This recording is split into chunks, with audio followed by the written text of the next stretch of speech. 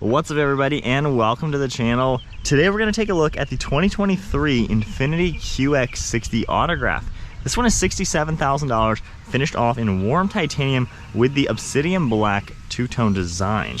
So if we go ahead and take a look at what is going to power the Infiniti QX60, we get a naturally aspirated 3.5 liter 6-cylinder engine. So if we can get that hood popped. So underneath the hood, like I said, we have the 6-cylinder pumping out 295 horsepower and 270 pound-feet of torque. It's paired to the 9-speed automatic, and this is an all-wheel drive vehicle. Also, curb weight is around 4,600 pounds. You can expect 20 miles per gallon in the city and then 25 out on the highway. This can also tow about 6,000 pounds. So if we take a look at the styling now, you get a pretty cool set of LED headlights. Really nice body contours all throughout with a trim piece on the far side. And you can see some plastic black. We also have metallic gray, a large opening in the lower portion of the grille, all of your parking sensors, and then a lot of chrome in the grille with Infiniti written out, gloss black, and then more Infiniti logo with the chrome. More chrome trim on the upper portion. I think overall it has a pretty cool design. There's also really nice lines leading their way towards that windshield, and then some sharp lines up above. Moving to the side profile, we get a set of 20-inch wheels, multi-spoke design with a two-tone color, and then this plastic trim makes its way all the way around the fenders. You can see in the lower portion, you're gonna get chrome and plastic. It even says Infiniti in the lower portion. And then you get a really nice set of two-tone mirrors. I like how you also get the LED along with the side view camera. And then there's more trim along the side windows and a blacked out design. The whole roof is blacked out with a panoramic roof up above that. You get chrome and body color on the door handles, then a really nice side profile. It's not too crazy big of a third row SUV, so it's really proportional looking.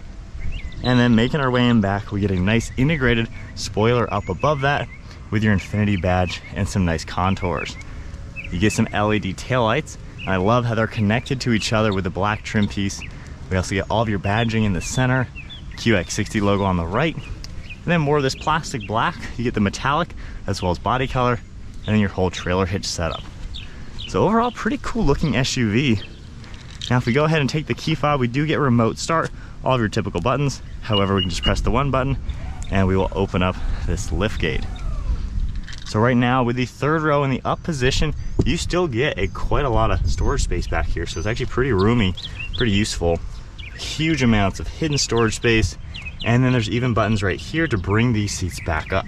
So to put them down, we just pull the handle and you can very easily manually get them out of the way and reveal even more storage space. And just one touch of a button, you can just turn these on and get them back up. So pretty nice overall. You also have your button to go ahead and close that down.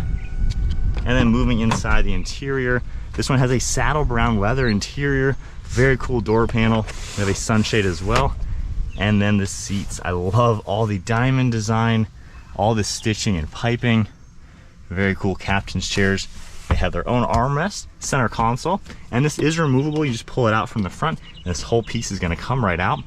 We have climate controls and heated seats, different plugs, as well as storage.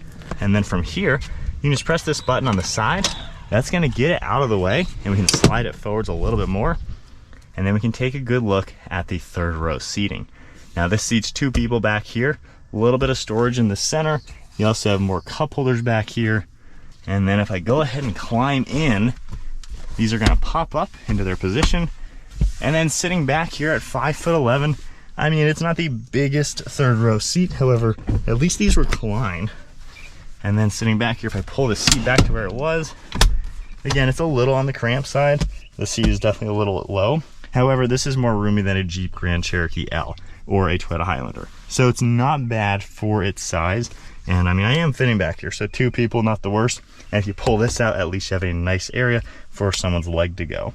You also can see we have nice sized windows, speakers, air vents up above, as well as the lights. And then I can just press this button, get that seat out of my way, and easily climb right out. So now, moving on to the second row, getting my back into its position, just climbing right in. We have a pretty good amount of space. The driver's seat is at my height, 5'11", and then we can also recline this seat as well. and get us a little bit extra comfort. And from here, really not a bad place. Great panoramic roof, plenty of headroom. We have an air vent, your grab handle as well. So really not bad at all. This is a really good size second row, and I like just all the space and configurations you're gonna expect. And now hopping into the driver's seat now. Of course, we have the smart key on all the door handles to easily unlock it. You get more of the nice door panel color, Bose audio system. Massaging seat button is right here, and then all power controls for the front seats. And then you get more of this really nice design on the seats. Even says Autograph. So definitely a nicely appointed interior. Hopping inside now, foot on the brake. Go ahead and fire it up.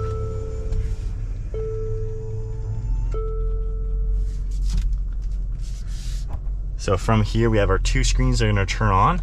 And looking at the center screen, we can actually configure it just a little bit. You can change the view to have a little bit more traditional style, or go back into this big full screen. So from here, if we take a look, you can see some information for audio as well as your navigation. Scrolling left and right, you can go into settings. All sorts of different settings you're able to adjust. And then just going back, we can continue over to speed limit sign information. You have more settings like that. And then back to this home screen, car information as well. So kind of everything you would expect to see in a front screen. You can also see cruise control settings on the right with your distance pacing, then the safety system itself. And then we have some Bluetooth and audio controls along with that. We got steering wheel mounted paddle shifters, controls on the right for the windshield wipers, and then headlights over on the left. And then down here you have your heads-up display, your power liftgate, along with the steering intervention. Some more of this nice material, of course the heads-up display. Then this cool black vinyl material up on the dash, and more of the quilted leather. Really love how they brought all the upholstery to the dashboard as well. And then taking a look at this main screen, pretty simple for everything right here. You have more shortcuts down below that. You can go into information, see a few items, of course audio navigation. Going into your settings, you can scroll left and right. And then we also have back to our main home menu. And then if I go ahead and put us into reverse now, you're gonna see that backup camera as well as the top-down view popping up. And then all of your parking sensors are right in the center. And just going back into park. You can also control the screen by using this rotary dial. We have our home screen. You can easily scroll left and right, go into a lot of different items. We have a back button, shortcut to the camera. So I like how you don't always have to use touchscreen. You can just easily use this control down below. And then we have all these controls down here for climate control. We can sync our dual zone temperature, and this is all a haptic feedback touchscreen button. So you just kind of press the icon that you want to do. You can probably hear a click, and it'll adjust everything. Heated steering wheel, track and volume, your rear climate control and everything.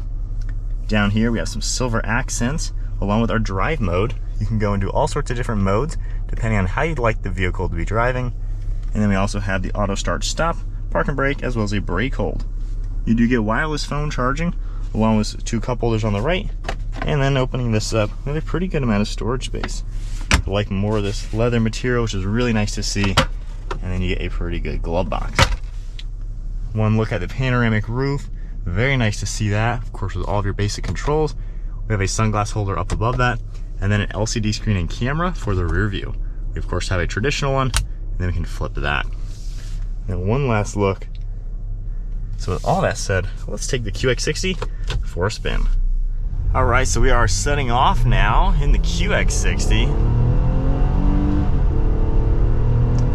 So with the V6 and 9-speed, I mean, it gets up to speed pretty well. It's certainly not a fast SUV or anything like that, but having a V6 rather than a 4-cylinder like some others in this class, you know, it's a pretty good way to go, and it does get really good gas mileage, good range, so it's a pretty decent vehicle to be in. Now, as far as some normal driving aspects, you have a really good view out, really cool looking windshield with all the contours in the hood, so it's a pretty neat view. And then when you look at this camera, that is definitely a nice touch to see behind you. Mirrors all do a great job as well. And when you look over your left and right shoulder, really no blind spots, honestly. It's pretty easy to see around the far back, maybe a little bit, but honestly, really no big deal. Suspension is really comfortable. This is a nice place to be. I mean, it rides smoother than a Platinum Nissan Pathfinder, which fundamentally, you know, is the same platform as this vehicle. So it's a good SUV to be in. It feels like a luxury crossover. You know, it kind of gives you that thing you're gonna find in a European SUV. So especially with just the interior, the way it looks and everything, I mean, this is a nice place. The seats are really comfortable, great padding, great support, so many different adjustments. So it's really just nice to sit in here. And then all the amenities work as you would expect. It's not too crazy fancy looking, so it's not challenging to get used to. So it's pretty easy and just kind of a normal vehicle, but it feels luxurious and feels pretty nice. It's also pretty insulated. It's kind of a windy day out. You don't really feel that or hear that or anything like that. Even taking some turns quicker. It's a very composed SUV. It's very smooth. I mean, it's just kind of relaxing to drive this. You really don't feel stressed out or anything like that. So it's definitely a nice luxury SUV that gives you what you would want. You know, if you're paying nearly 70 grand for something, it needs to be a pretty good interior, and this is a great SUV just to cruise and rack up some miles. And obviously it's still practical. I mean, you have plenty of space, but plenty of utility, things like that. Really can't complain with just the drive. It feels smooth, refined. I would say the only thing you're not getting with this is the performance. You know, there's a few other, luxury brands that are at the same price point. They're probably a little bit smaller, but you can get a little bit more performance elsewhere if you look at the Europeans. But when you compare this with its direct competitors, maybe an Acura or a Lexus, it's kind of right on par with performance levels of just being kind of a normal SUV, but it's a healthy motor, good transmission, and overall really nice ride quality. Things you touch in here as well feel pretty good. The leather on the steering wheel, you got the genuine leather along the seats. Mostly everything else is going to be a vinyl material. However, it looks really good, and when you do touch, I mean, it still feels nice. So really no complaints there. And then as we come to a big bump with these train tracks, let's test out the durability. Nice, very smooth and solid. I think that's one thing Infiniti does. They take the Nissan Pathfinder, obviously, and they ramp it up a little bit to make it even nicer. The new Pathfinder is a fantastic crossover, and this is just another touch, as that guy is not paying attention. But, again, we do have all these safety sensors in here as well, so all that sort of stuff is nice to see in this as well. But, the overall ride quality, the solidness that you're going to find in the QX60, it is totally there. It feels like a very tough SUV that you can just use for the utility, but still can be a good, luxurious crossover to do the daily driving in.